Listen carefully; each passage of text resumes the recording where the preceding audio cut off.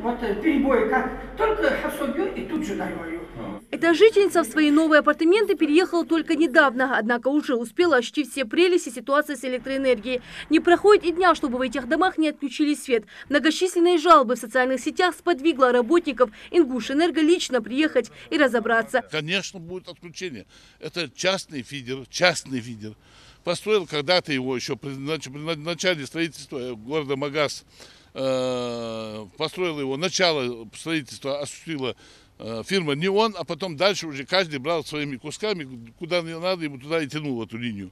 Словом, как говорят работники МРСК, на этих участках не должно быть опорных столбов. Вместо них должны быть подключены подземные сети. В этом и заключается современное строительство многоквартирных домов. На время строительства этих многоквартирных домов подрядная организация предоставила рабочим временные технические условия. После сдачи объекта жители должны были подключить к основным сетям, однако по каким-то причинам этого не произошло.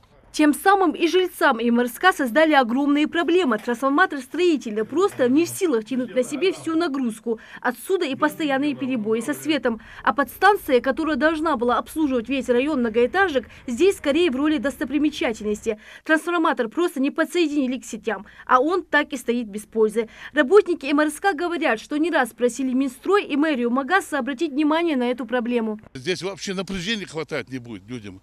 Потому что это временное все, они все сидят на время. Они должны это понять и потребовать от того застройщика, который им продал квартиру, значит, легализовать их электроснабжение. Так или иначе, пока подрядная организация и ответственные лица думают, как решить проблему, по прогнозу погоды в Ингушетии уже четверг обещают похолодание. А значит, с перебоем электричества у многих и в домах будет не теплее, чем на улице.